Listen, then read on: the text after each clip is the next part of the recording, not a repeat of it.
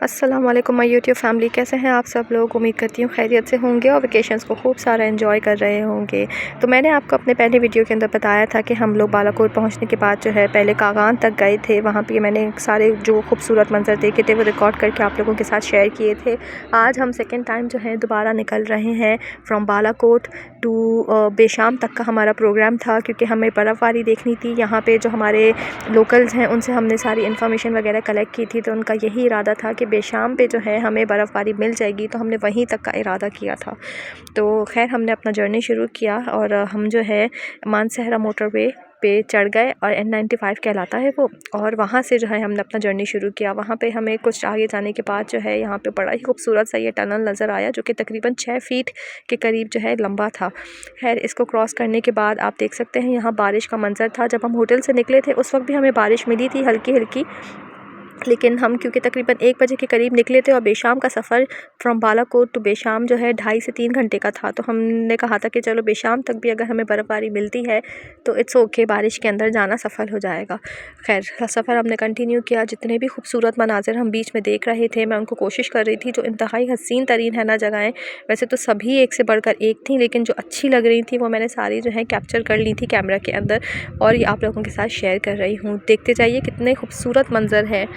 अच्छा, मुझे ना ये रोड ट्रिप्स का ज़्यादा मज़ा जो है अपनी पर्सनल कार के अंदर जाने में ही आता है। मुझे ज़्यादा मज़ा आता है, आप अपने हिसाब से रुक सकते हैं, अपने हिसाब से रोड्स देखते हुए जाते हैं, एक एक मंज़र आपको अपने हिसाब से मिलता है। क्योंकि यूजुअली जब आप बसेस और ट्रेन्स वगैरह की टिकट कराते हैं तो नॉट नेसेसरीली आपको विंडो सीट मिले या आपको उस मंज़र से लेके जाया जाए जहाँ पे जो है इतनी ज़्यादा खूबसूरती आपको नज़र आ रही हो। क्योंकि ट्रेन के भी अलग से ट्रैक्स बने हुए होते हैं, वो भी खूबसूरत होते हैं अपनी जगह पर, अपना अपना टेस्ट है। लेकिन मुझे रोड बाय रोड जाना बहुत अच्छा लगता है और बहुत मज़ा आता है बाय रोड जाने में मुझे। देखिए बाय रोड जाने में आपको फ़ायदा ये होता है कि जितने आपको मंज़र नज़र आ रहे होते हैं, आराम से आप हर कहीं पे जहाँ आपको अच्छा लगे अपनी फ़ोटो बनाने के लिए आप वहाँ पे रुक सकते हैं। फ़िलहाल तो मुझे यहाँ पे इतने खूबसूरत मंज़र नज़र आ रहे थे, इतने बड़े बड़े हरे भरे पहाड़, बारिश होने की वजह से तो वो और ही ज़्यादा सौंदे से हरे भरे पेड़ पत्ते धुल गए थे, साफ़ हो गए थे, और इतना कोई खूबसूरत मंज़र लग रहा था कि दिल ही नहीं भर रहा था। एक से बढ़कर एक मंज़र, आप जितना आगे जाते जा रहे थे आपको उतनी ज़्यादा जो है ना कुदरत की खूबसूरती नज़र आती जा रही थी। अच्छा, इन सब के अलावा जो है मैंने यहाँ पे देखा पीछे के पहाड़ों के ऊपर जो है ना बादल उतरे हुए थे, और थोड़ी थोड़ी देर के बाद ऐसा लग रहा था कि हम उन पहाड़ों के ना करीब होते जा रहे हैं। तो ऐसा पहाड़ है कि इतने ऊंचे ऊंचे हैं, क्या हम वाकई पहाड़ों पर ट्रैवल करते हुए उनके करीब होते जा रहे हैं। कहीं पे मुझे लैंडस्लाइडिंग नज़र आ रही थी पहाड़ों के ऊपर दूर दूर, लेकिन क्योंकि ये हाईवे था तो हाईवे पे तो प्रॉपर इन लोगों ने सील वगैरह किए होते हैं। अब यहाँ हम लोग आ गए थे, बाद बच्चों को वॉशरूम वगैरह जाने के लिए बड़ा सर्विस एरिया पे रुके थे। खूबसूरत था, पीछे पहाड़, मंज़र, बादल सब कुछ नज़र आ रहा था, तो मैंने थोड़ा सा वीडियो बना लिया यहाँ पर। फिर हम लोग यहाँ से अपना सफ़र कंटिन्यू किया, और उसके बाद जो सफ़र कंटिन्यू किया फिर आप देख सकते हैं, देखिए जो मैं आपको बता रही थी ये बट्टग्राम आ गया। अच्छा, बीच में कई सारे शहर आते हैं और डिफरेंट नामों से, काफ़ी सारे मैंने कैप्चर कर लिए हैं और काफ़ी सारे जो हैं रह गए हैं। तो आप मैप के ऊपर देखेंगे ना तो आपको प्रॉपर नज़र आ जाएगा। अच्छा, यहाँ पे देखें ये खूबसूरत मंज़र कितना हसीन है कि पहाड़ों के ऊपर बादल उतरे हुए हैं, और ऐसा लग रहा था कि इतना करीब है, पहाड़ों के ऊपर सीढ़ियाँ बनी हुई हैं, आप आराम से उतर के जा सकते हैं। ये इतना कोई खूबसूरत लग रहा था कि दिल चाह रहा था मैं उड़ के वहाँ पे पहुँच जाऊँ, लेकिन ये बहुत दूर है, हम इस तरह नहीं जा सकते। प्रॉपर ट्रैक बना हुआ है, आप गाड़ी के थ्रू ही ट्रैवल कर सकते हैं इसके ऊपर। लोकल वहाँ पे रह रहे हैं, लेकिन हम लोगों को दूर से देखने में ये सीढ़ी की तरह लग रहा है, बट एक्चुअली में ये बहुत बड़ा है। वो पहाड़ को काट के रोड्स वगैरह बनाए हुए हैं जो मैंने काफ़ी दूर से कैप्चर किए थे, ये इतने खूबसूरत लग रहे थे कि बस। अच्छा, यहाँ पे जो है ना हम चलते चलते तकरीबन बेशाम तक पहुँच गए थे। हमने बेशाम को क्रॉस कर लिया था, हमें वहाँ पर जो है कोई बर्फ़बारी मिली नहीं थी, तो फिर हमने यही डिसाइड किया था कि हम यहाँ से जो है सवात तक पहुँचते हैं। फिर सवात तक का जो है हमारा तकरीबन 6 घंटे का कोई सफ़र था बालाकोट से, अगर हम डायरेक्ट लगाते हैं तो, क्योंकि हम मानसहरा के रोड से चले थे तो हमने बेशाम तक का 2.5 से 3 घंटे का सफ़र था, और बेशाम से सवात तक का जो है वो भी मज़ीद 2.5 से 3 घंटे का सफ़र था। लेकिन रुकते रुकाते करते कराते अप्रॉक्स आप जो है 6 घंटे के अंदर सवात तक पहुंच जाएंगे। तो हमने अपना सफ़र शुरू किया और हम पहाड़ों की वादियों के अंदर जो है घूमना शुरू हो गए। अब ये रास्ते में चलते चलते कहीं पर हमें लैंडस्लाइडिंग नज़र आ रही थी, कहीं बड़े खूबसूरत मंजर, कहीं बड़े खौफनाक से, और कहीं तो ऐसे कि नीचे इतनी बड़ी बड़ी झीलें नज़र आ रही थी कि दिल ही नहीं भर रहा था, कि ऐसा लग रहा था कि पता नहीं कोई पिक्चर्स में सीनरीज़ के अंदर कभी हमने सीन देखे थे इस तरह के मंजर जो कि अब मुझे देखने को मिल रहे हैं। और देखिए मैं आपके साथ शेयर कर रही हूँ, नीचे झील जा रही है, ये झील आगे जाके ना बहुत बड़ी हो जाती है और इतना कोई खूबसूरत मंजर दे रही थी कि बस।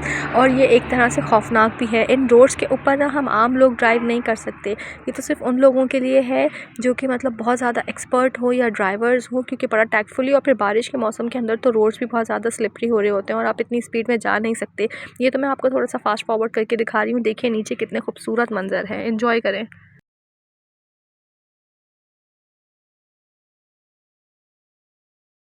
फाइनली ये झील का हमको बड़ा सा सिरा एक मिला, जहाँ पहाड़ों के बीच के अंदर ये इतना साफ़ सुथरा खूबसूरत पानी था। हम 2 मिनट यहाँ पे ठहरे, हमने अपने वीडियोस वगैरह बनाए। पीछे सारे पहाड़ बादलों से कवर्ड, एक के पीछे एक बड़े से बड़ा पहाड़ और ये इतनी बड़ी झील।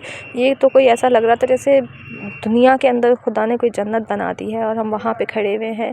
इतना कोई हसीन, आप देख सकते हैं ये पहाड़ बादल किस तरह से कितने करीब आते जा रहे थे। हम जैसे जैसे सवात में ऊपर चढ़ते जा रहे थे वैसे वैसे ये सारे मंज़र करीब आते जा रहे थे। ये बहुत बड़ी झील थी जिसके पास से हम गुज़रे थे। सवात एंटर होते ही मेरे ख़्याल से शुरू में ही पड़ा था ये हमको। तो खैर बस इसके ऊपर से जाते गए हम। अब यहाँ से आप जो है सवात की वादियाँ चेक करना शुरू करें।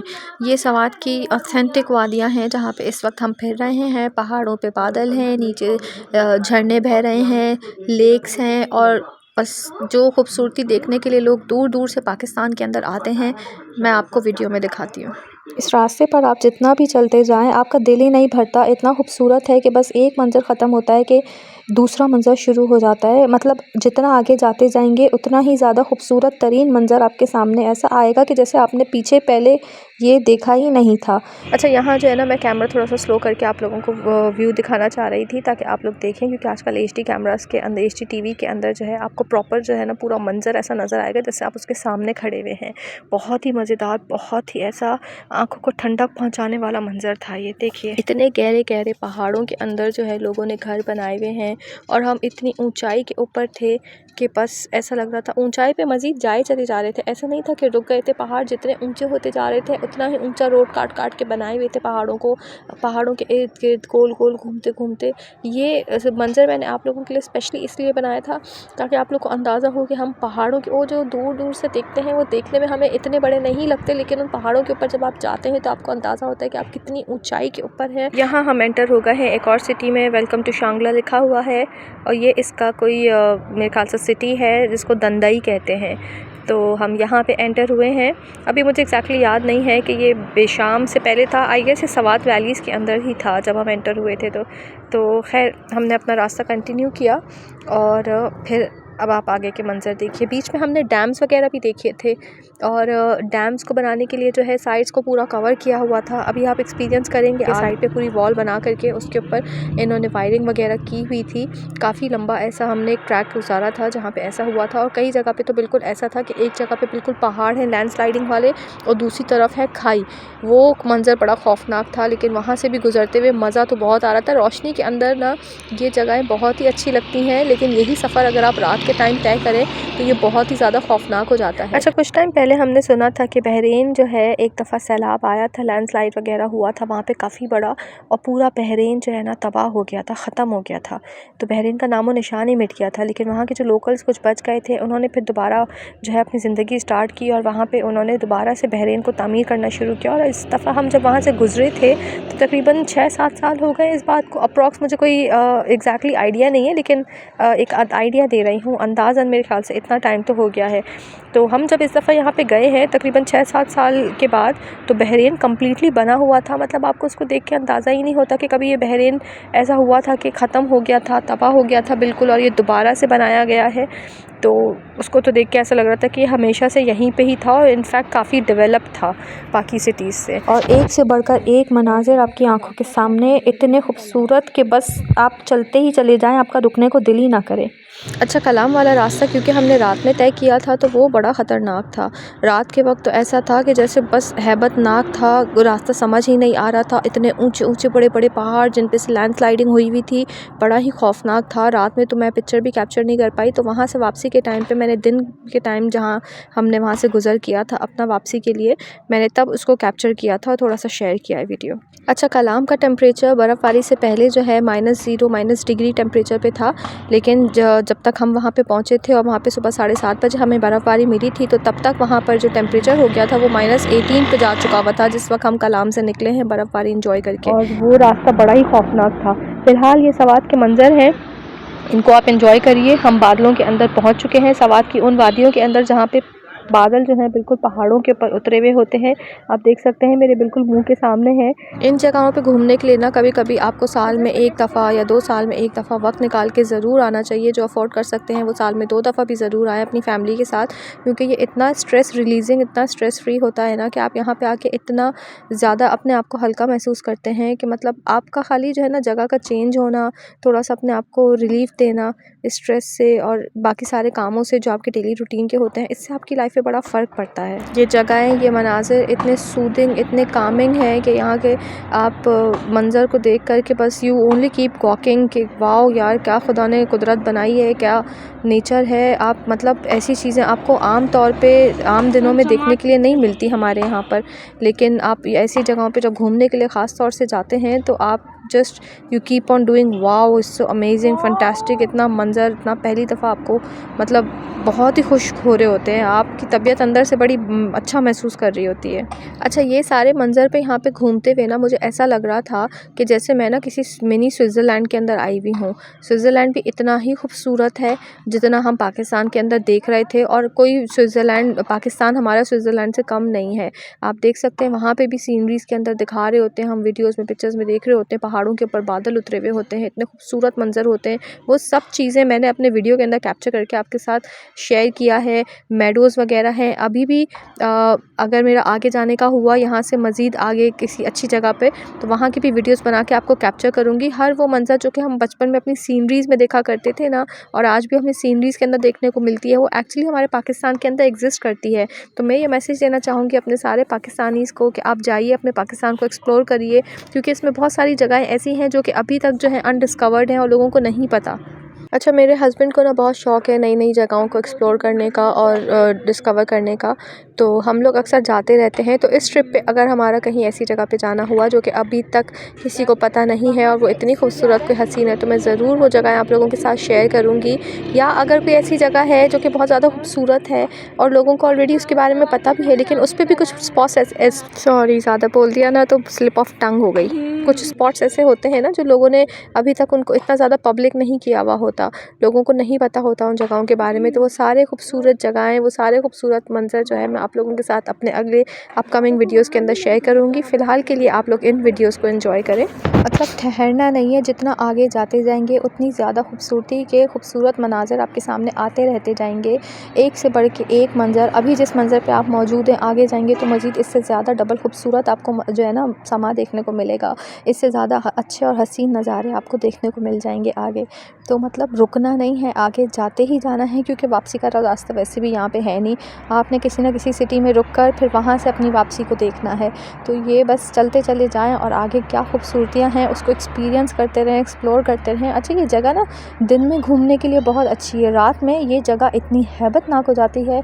हमारे जैसा आम बंदा तो यहाँ पे ड्राइव नहीं कर सकता। इन रोड्स के ऊपर तो कोई एक्सपर्ट या एक्सपीरियंस बंदा ही हो, या जिसको बहुत ज़्यादा शौकीन हो, इसको परफेक्ट हो ड्राइविंग के अंदर अपनी, ऐसा ही बंदा कोई चल सकता है। क्योंकि रात के टाइम पे ये इतना डेंजरस, उतना सन्नाटे वाला रोड हो जाता है और उतना ही खौफनाक होता है। कहीं कहीं पे तो यहाँ पे ना साइड्स पे बैरियर्स भी नहीं लगे हुए होते, बिल्कुल ओपन खाई है कि मतलब ज़रा सा आपने चूके और गाड़ी गई नीचे। इतना खौफनाक मंजर होता है कि बस यहाँ पे ना कोई एक्सपर्ट बंदा ही चला सकता है। हम जैसे हमारे जैसे आम लोग तो बहुत मुश्किल से ड्राइव कर पाए यहाँ पर। फाइनली हम पहुँच गए हैं उन बादलों के पास, बिल्कुल करीब, बिल्कुल सामने उन पहाड़ों पर जहाँ पर हमने ये बादल को दूर दूर से देख रहे थे, और अब हम इन पहाड़ों के बिल्कुल पास आ गए हैं। अब ये बादल इतने ऊंचे थे और हमारे पहाड़ भी इतने ऊंचे थे कि हमने जब गाड़ी के शीशे खोले तो ये पहाड़ एक्चुअली में जो है ना हमारी खिड़की से अंदर आ रहे थे। और ये इतने ठंडे होते हैं, ये देखें, ये सारे पहाड़ पे बादल हैं, ये सफ़ेद सफ़ेद जो आपको धुंध नज़र आ रही है ये बेसिकली धुंध नहीं है, सारे बादल हैं। और ये हमने गाड़ी के शीशे जब नीचे किए तो ये अंदर आए थे, इतने ठंडे ठंडे हो रहे थे ना कि बस थोड़ी देर ही हमने उसको खुला रखा, उसके बाद फिर हमने बंद कर दिया। और यहाँ से देखें, आपको ऊंचाई का अंदाज़ा हो रहा है कि हम कितनी ऊंचाई पर हैं और कितने डेप्थ में नीचे जा करके लोगों ने घर बनाए हुए हैं। खूबसूरती तो है अपनी जगह, लेकिन खूबसूरती के साथ साथ दिल जिगरा भी चाहिए बंदे को यहाँ पे ड्राइव करने के लिए, क्योंकि बड़ा मुश्किल हो जाता है ये एट टाइम्स ना। करते रहो ड्राइव करते रहो non stop unless and until you reach your destination. अच्छा, इधर चलते चलते हम थक गए थे तो बच्चों को भूख भी लग रही थी, वॉशरूम वगैरह का भी था सिलसिला। तो हमने जो है एक जगह पे एक स्पॉट पे जा कर के जो है गाड़ी रोकी। तो वहाँ पे एक दुकान वाले थे, और यहाँ सवात की ही बात बता रही हूँ मैं आपको, पहाड़ों के ऊपर। तो वो दुकान वाला इतना ज़्यादा हॉस्पिटेबल, इतना ज़्यादा हॉस्पिटैलिटी ही वाज शोइंग कि बस पाकिस्तान में कोई भी आता है उसको वेलकम करने के लिए। वो तो यहाँ तक कि हम अनजान थे जबकि, लेकिन हमें वो घर में बुलाकर हमारे मेहमानों की तरह चाय पिलाने के लिए बहुत इंसिस्ट कर रहे थे। लेकिन खैर हम रुके नहीं, क्योंकि हमारे लिए वो भी अनजान ही थे। लेकिन अपनी सवात की वादियों में आने वाले हर मेहमान को इतना वार्म वेलकम करते हैं ये लोग कि बस they are always behaving so generous. इतना ज़्यादा अपने आने वाले मेहमानों को वेलकम करते हैं कि उनको मतलब एहसास ही ना हो कि वो किसी ऐसी जगह पर आए हुए हैं जहाँ वो अनजान है या उनको खाली कैप्चर करके चले जाना है। नहीं, they make you feel as a family, they make you feel as their own. They are always so generous as this, but not only with us, सबके साथ हर आने वाले बंदे को बहुत अच्छे से वेलकम करते हैं एज अ गेस्ट। उनको बड़ी उनकी खातिर तवाज़े करते हैं, उनको बहुत अच्छे से डील करते हैं। They are always dealing with everybody so nicely, फिर वो कोई लोकल हो या कोई फॉरेनर हो, सभी को एक जैसा ट्रीट करते हैं, क्योंकि सब ही उनके लिए गेस्ट हैं। क्योंकि जितना ज़्यादा उनकी कोशिश होती है हमारे सवात के बारे में लोग जानेंगे, उतना ज़्यादा हमारे सवात को लोग डिस्कस करेंगे और उतना ज़्यादा वो मशहूर होगा और इतना ज़्यादा जो है वहाँ पे डेवलपमेंट का काम चलेगा। तो उनका इंटेंशन खाली यही होता है कि हमारे सवात को ज़्यादा से ज़्यादा लोग जानें, उनकी सवात वैली का टूरिज़्म बढ़े और वहीं से उनका डेवलपमेंट का काम फिर जो है ना आगे चलता है मज़ीद।